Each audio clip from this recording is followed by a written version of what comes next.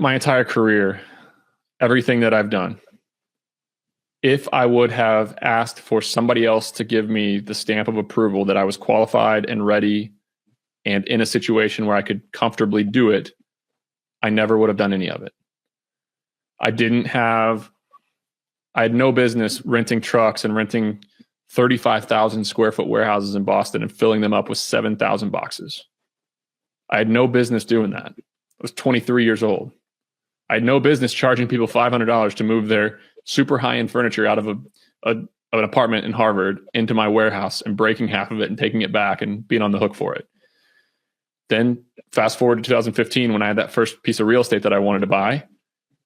I had no business buying and operating real estate. If I would have tried to go work for Sam Zell at his real estate firm after college, I would have gotten turned down because I didn't have a real estate degree, didn't have any experience in real estate. Nobody would have given me permission to build that first building. And 94 of the 100 investors that I met agreed.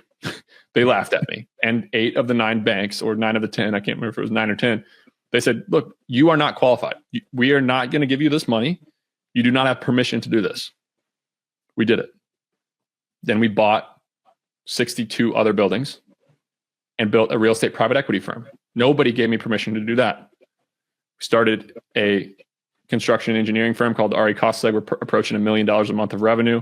Nobody gave me permission to start a cost segregation firm and that provides tax services to real estate investors. Nobody gave me permission to buy somewhere.com for $52 million and raise $20 million and try to figure it out without a private bank, without an advisor, without anybody to help me that I split the GP with to help me raise the cash. None of that. So life is never going to give you permission. If you're listening to this, watching this, whatever, you're never going to have somebody that gives it a total stamp of approval that makes it a stress-free thing for you to do. Everything I've ever done in my life is uncomfortable.